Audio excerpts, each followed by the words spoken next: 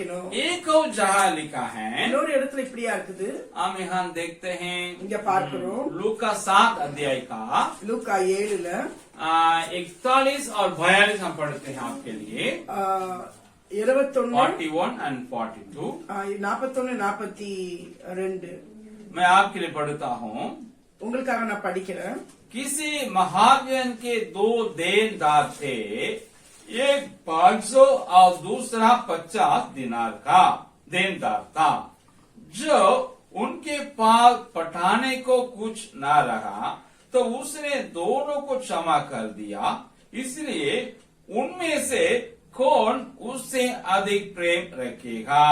हम 48 भी पढ़ते हैं आपके लिए. 48 படிக்கிறேன். और उसने स्त्री से कहा, तेरे पाप क्षमा हुए. तब जो लोग उसके साथ भोजन करने बैठे थे वे अपने अपने मन में सोचने लगे, ये कौन है जो पापों को भी क्षमा करता है. 41 42 அப்பொழுது அவர் ஒருவனிடத்தில் 2 பேர் கடன்பட்டிருந்தார்கள். ஒருவன் 500 வெள்ளிக்காசும் மற்றவன் 50 வெள்ளிக்காசும் கொடுக்க வேண்டியதாயிருந்தது. கொடுக்க அவர்களுக்கு நிர்வாகம் இல்லாத போது இருவருக்கும் கடனை மன்னித்து விட்டான். இப்படி இருக்க அவர்களில் எவன் அவனிடத்தில் அதிக அன்பாயிருப்பான், அதை சொல் என்றார். 48 49 அவனை நோக்கி உன் பாவங்கள் மன்னிக்கப்பட்டது என்றார். அப்பொழுது கூட பந்தி இருக்கிறவர்கள் பாவங்களை மன்னிக்கிற இவன் யார் என்று தங்களுக்குள்ளே சொல்லிக் கொண்டார்கள். यहाँ दूसरा एक दृष्टांत है. இன்னொரு ஒரு ஓமையை சொல்லுகிறார். यहाँ भी 2 जन अपने किसी महाजन के लिए कर्जदार थे. இங்கேயும் 2 சீமானுக்கு அவங்க கடன்காரங்களா இருந்தார்கள், பெரிய ஆளுக்கு. एक तो 500 दिनार, दूसरा तो 50 दिनार है. ஒன்னு 500 வெள்ளிக்காசும் ஒன்னு 50 வெள்ளிக்காசுமா இருக்கிறாங்க. देखिए பாருங்க, यीशु मसीह एक व्यक्ति से पूछता है. ஆண்டவர் ஒரு மனுஷனை பார்த்து கேட்கிறாரு. एक धर्मी व्यक्ति है, அவன் நீதிமான், जिसने यीशु मसीह को अपने घर में खाने के लिए बुलाया था. அவன் இயேசுவை தன் வீட்டுல உணவு அருந்தும்படியாக கூப்பிடுறான். वो धर्म गुरु भी है, அவர் ரிலிஜியஸ் லீடர், धार्मिक अगुवा भी है, அவன் லீடர், समाज में अच्छा प्रतिष्ठित व्यक्ति भी है. சமுதாயத்துல ஒரு நல்ல ஒரு பெரிய ஆள். यीशु मसीह भी एक रबी है, ஆண்டவர் ஒரு டீச்சரா இருக்காரு. वो भी एक धर्म गुरु है, ஆண்டவர் ஒரு ரிலிஜியஸ் குருவா वो இருக்காரு. भी एक धार्मिक अगुवे हैं. ஆண்டவர் ஒரு ரிலிஜியஸ் லீடரா இருக்காரு. लेकिन धार्मिक अगुवे ही नहीं है, லீடர் மாத்திரம் இல்ல, धर्म गुरु ही नहीं है, மாத்திரம் அல்ல, वो प्रतिष्ठित व्यक्ति ही नहीं है, ஒரு விசேஷமான ஒரு ஆள் மட்டும் இல்ல. ये सब इस संदर्भ के दृष्टिकोण से, இந்த சூழ்நிலைப்படி பாக்குறோம். मनुष्य के दृष्टिकोण से, மனுஷனுடைய ஆங்கிள் பாக்குறோம், संसार के दृष्टिकोण से, உலகத்தினுடைய பார்வையில பார்க்கிறோம். वो तो एकदम परमेश्वर स्वयं है, ஆண்டவர் தானே, जो देह धारण करके मानव रूप में अभी उपलब्ध वहाँ है.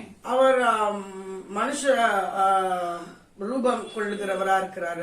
மனுஷனால அவதரிக்கிறார். मैं आपसे बात करता हूँ. மனுஷனால அவதரித்த அந்த சூழ்நிலை நிலைமையில பாக்குறோம். एक रबी दूसरे रबी को बुलाया अपने घर पे. ஒரு ரபி டீச்சர் இன்னொரு ரபிய கூப்பிடுறாரு. वो उनके कल्चर में किसी को अपने घर में दावत के लिए बुलाए तो அவங்களுடைய கல்ச்சர் படி யாராவது வீட்டுக்கு கூப்பிட்டுமானா, आने वाले मेहमान को क्या करना है, आते आते उनको पैर धोना है. அந்த விருந்தாளியா தன் வீட்டுல கால் கழுவணும். घर की मुखिया है, வீட்டு தலைவன். पाँव को पोंछना टवल से, டவல் வச்சு அதை துடைக்கணும். उसके बाद उनको चुम्बन करना है, அதுக்கப்புறம் அவனுக்கு முத்த गले लगा कर.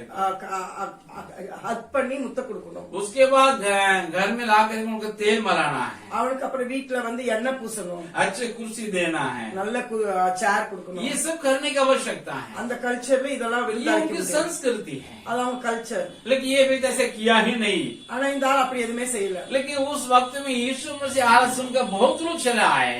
ஆண்டவர் வரும்போது நிறைய பேர் அவர் கூட வராங்க. एक पापी स्त्री भी उसमें थी. அங்க ஒரு பாப்பி ஸ்திரீயும் வந்துடுறா. वो आकर के यीशु मसीह के पांवों के साइड में वो बैठ गई है. அவ ஆண்டவர் பாதத்தடி கிட்ட உட்கார்ந்துடுறா. यहूदियों के बैठने का और खाने का तरीका अलग है. யூதர்களுடைய உட்கார்றது சாப்பிடுற விதம் வந்து வித்தியாசமானது. हम लोग जैसे एक चेयर नहीं होता है, நம்மள மாதிரி ஒரு சேர் கிடையாது. लंबा टेबल होता है, ஒரு லாங் டேபிள் இருக்கும், उसमें एक लंबा बेंच होता है, ஒரு நீட்டா பெஞ்ச் இருக்கும், एक कुर्सी की जगह बेंच होता है, ஒரு சேர் இருக்கிறது பெஞ்ச் இருக்கும், कुशन रहेगा, குஷன் இருக்கும். उसमें एक आपको लेटने का, ऐसा करने के लिए एक तरफ लेटने का वो कुछ सुविधा भी रहेगा, அது ஒரு சைடா படுக்கிறதுக்கு வசதிகளும் இருக்கும். इसलिए पाँव थोड़ा लंबा रहेगा, கால் கொஞ்சம் நீட்டின விதமா தான் இருக்கும், लंबा सीट में. லம்பா அந்த சீட்ல. अगर कोई लंबा हो गया उसके बाहर भी पैर जा सकता है அந்த सीट से. ஹைட்டா இருந்தாங்கன்னா அந்த சீட்டை விட்டு வெளியில तो इसी में போய் यीशु मसीह लेटा हुआ था இயேசுவும் இப்படியாட்டு அந்த உள்ள அந்த பெஞ்ச்ல उनका படுத்திருந்தாரு. पैर थोड़ा बाहर चला गया, அவனோட காலு கொஞ்சம் வெளியில நீட்டிட்டு हो இருந்தது. सकता है यीशु में सबसे लंबे हुए होंगे. அவர் உயரமாக இருந்திருக்கலாம். वहां बैठ गई वो पापनी स्त्री, அந்த இடத்துல போய் இந்த பாப்பி ஸ்திரீ वो உட்கார்ந்து रोने लगी, அவ அழ ஆரம்பிச்சிட்டா. अपने पापों को पश्चाताप करके. தன்னுடைய பாவத்தை குறிச்சு ரிப்பன்ட் பண்ணி पश्चाताप ही है. ரியலைஸ் பண்ணி பச்சதாபம் हाँ. பட்டு ரியலைஸ் रोए रोए उतना आंख से आंसू आए, आंख से सब यीशु में पापों को ऊपर गिर तो उसको भिंगा दिया. இப்படியாளுதான் கண்ணீர் சிந்தத்தக்கதாய் அது அவ இயேசுனுடைய பாதத்தை கழுவுச்சு. हाँ, कपड़ा नहीं था, अपना जो बाल उसी से वो पोंछ भी ली. அவனோட காலை துடைக்கிறதுக்கு துணி கிடைக்கல, தன்னுடைய முடியை எடுத்து அதை துடைக்கிறான். उसके बाद एकदम कॉस्टली, एकदम ये महंगी एक इत्र को उसके पैर में डाल दी है. ஒரு காஸ்ட்லி சென்ட் ஆண்டோட கால்ல ஊத்துறா. ये व्यक्ति जो धार्मिक व्यक्ति है, இந்த தர்மிக் குரு இருக்காரு. वो मन में सोच रही क्या पापनी स्त्री ये गुरु के पैर को छूती है, என்னது இது பாவி ஸ்திரீ ஆண்டோட वो காலத்தோட कहाँ से इसके पैर पे गिरता है, அவரோட கண்ணீர் ஆண்டோட பாதத்துல वो விழுது. अपने बाल को पोंछती है. அவரோட முடியினால ஏன் आगे தொடக்கிறார்? ये अच्छा धर्मगुरु होता था, समझ लेता ये स्त्री कौन है. ஒழுங்கான நல்ல ஒரு குருவா இருந்தா இத பாத்திருப்பாரு, அறிஞ்சிருப்பாருல.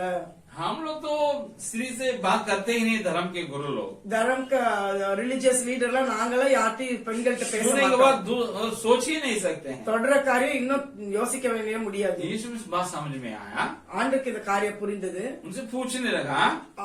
அவன்கிட்ட கேக்குறாங்க, दो देनदार एक महाजन के, ஒரு சீமானுக்கு 2 கடனாளிகள் இருக்காங்க. 500 दिनार कर्जदार हैं, ஒருத்தர் 500, दूसरा मात्र 50 दिनार कर्जदार हैं. இன்னொன்னு 50 வெள்ளி காசுக்கு கடனாளியா இருக்கான். दोनों को महाजन क्षमा कर दिया. 2 பேருக்கும் அவன் சீமான் அவனுக்கு மன்னிச்சிடுறான். बताओ इन दोनों में कौन वो महाजन से ज्यादा प्यार करता? இது ரெண்டுத்துல யாரு அவனுடைய தலைவரை அன்பு செய்வாங்க? वो बोलिए जिसके लिए ज्यादा क्षमा किया वही उसे प्यार करेगा. யார் ரொம்ப மன்னிக்கிறாங்களோ அவங்கதான் அன்பு செய்வாங்கன்னு சொல்றாங்க. वैसे ही அப்படியா? जिसका ज्यादा पाप क्षमा हो ज्यादा प्रेम करेगा.